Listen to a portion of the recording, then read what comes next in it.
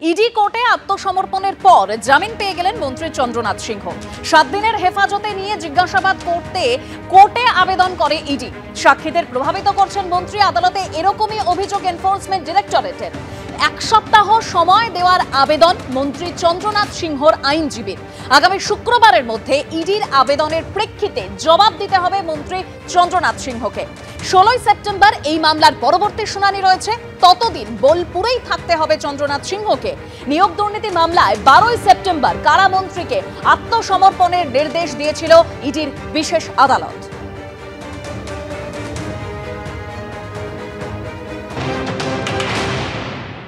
আমরা একটা রিমান্ডের জন্য দরখাস্ত করেছি। সেই দরখাস্তটা শুনানি হয়েছে, 16 তারিখ রাখা হয়েছে।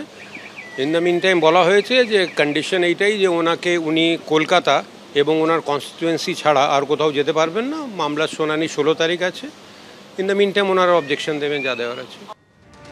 আর এবার আপনাদের সামনে রাখবো জামিন পাওয়ার পর মন্ত্রী চন্দ্রনাথ সিংহ কি বলেছেন, শুনুন।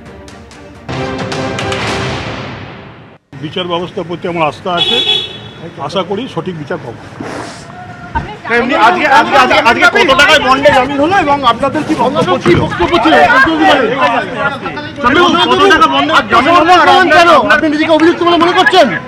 কত টাকা নিয়েছিলেন?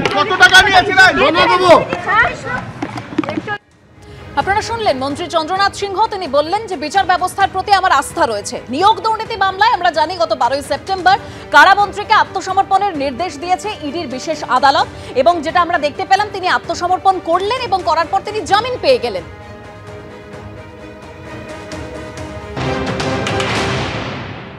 চন্দ্রনাথ সিংহ মন্ত্রী, তিনি নিয়োগ দুর্নীতির মামলায় অভিযুক্ত। ইডির অভিযোগ কোটি কোটি টাকা তার অ্যাকাউন্টে ঢুকেছে। কিভাবে ঢুকলো? সব ভূতের মতো ঢুকে পড়লো নাকি? সব ভোটার লিস্টে যেমন তৃণমূল ভূত ঢুকিয়ে রেখেছে, তেমন তৃণমূল নেতাদের বাড়িতে বাড়িতেও কি সব টাকা অ্যাকাউন্টে ঢুকে যাচ্ছে ভূতের মতো? এতদিন পর এই চলছে, কয়েক বছর ধরে। আজকে আত্মসমর্পণ করতে গেছেন। ইডি হেফাজতে চেয়েছে, হেফাজত পায়নি, কিন্তু কিছু শর্ত সাপেক্ষ। আমি বলছি চন্দ্রনাথ তো কানও না, আঙুল ফাঙুল পর্যন্ত। তার উপরে এটা ওটা করতে করতে অনুব্রত আছে ইত্যাদি, কান গলা গোছের কিছু একটা হবে। মাথাতে হাত কবে পড়বে? সন্দেশখালীতে শেখ শাহজাহানের বাড়িতে পৌঁছে গেছেন সিবিআই এর আধিকারিকরা।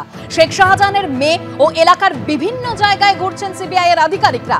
নতুন যে তথ্য তারা পেয়েছেন সেই তথ্যের ভিত্তিতেই এই অভিযান সিবিআই এর।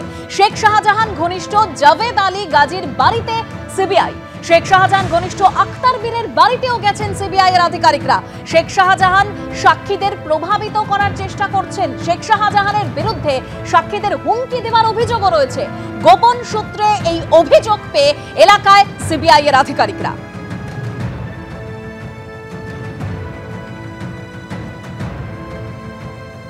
সন্দেশখালীতে শেখ শাহজাহানের বাড়িতে সিবিআই এর আধিকারিকরা। শেখ শাহজাহানের মেয়ে ও এলাকার বিভিন্ন জায়গায় তারা ঘুরছেন। নতুন তারা তথ্য পেয়েছেন, সেই তথ্যের ভিত্তিতে সিবিআই এর এই অভিযান। শেখ শাহজাহানের মেয়ের বাড়িতে সিবিআই এর আধিকারিকরা, যেরকম একদিকে আপনাদের সামনে ছবি রেখেছি, অন্যদিকে শেখ শাহজাহানের বাড়িতে সিবিআই, এলাকায় সিবিআই এর আধিকারিকরা তারা ঘুরছেন। এবং শেখ শাহজাহান ঘনিষ্ঠ জাভেদ আলী গাজীর বাড়িতে এবং শেখ শাহজাহান ঘনিষ্ঠ আখতার বীরের বাড়িতেও সিবিআই এর আধিকারিকরা।